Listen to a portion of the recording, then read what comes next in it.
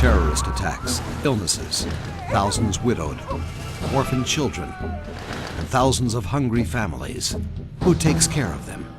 Who visits them? Who goes to these homes bringing a little bit of comfort, a little bit of joy and money to help them go on?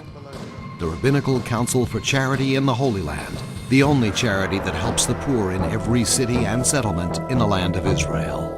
The Rabbinical Council for Charity in the Holy Land was founded under the auspices of the great sages of the generation in order to help the underprivileged who can't support and feed their hungry children, as well as the sick, widows and orphans.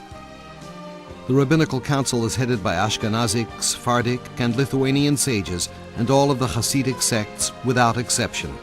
It's the largest organization of its kind in the world.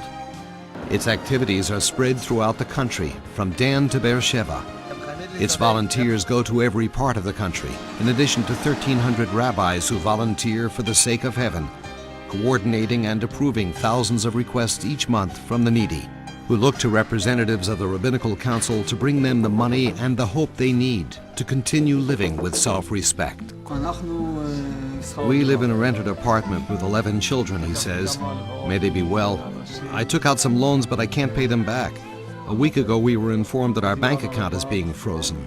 We owe a lot of money, thousands, and every day they pressure us to pay it back. The Yonah family comes to the office of the Rabbinical Council for Charity to establish a fund for their orphaned brothers. My mother died of cancer and left 7 orphans. We're raising money to pay for major medical expenses, rehabilitation, tutors for several of the children. We're talking about saving lives. They go straight from the printers to the fundraising meeting. Ladies and gentlemen, we have a family here about which Rabbi Eliashiv said, "I know this family personally." After the mother passed away, the eldest son was hospitalized for a nervous breakdown. We received a letter from the seminary saying that the daughter can't continue her studies since the tuition wasn't paid. The 10-year-old boy comes home and there's no food, no laundry. The house is dirty and messy, so he goes out to the streets. To maintain this home, to provide someone to do the laundry, to cook, to pay tuition, to support this family costs about $2,000 or $3,000 a month, which comes to $36,000 a year.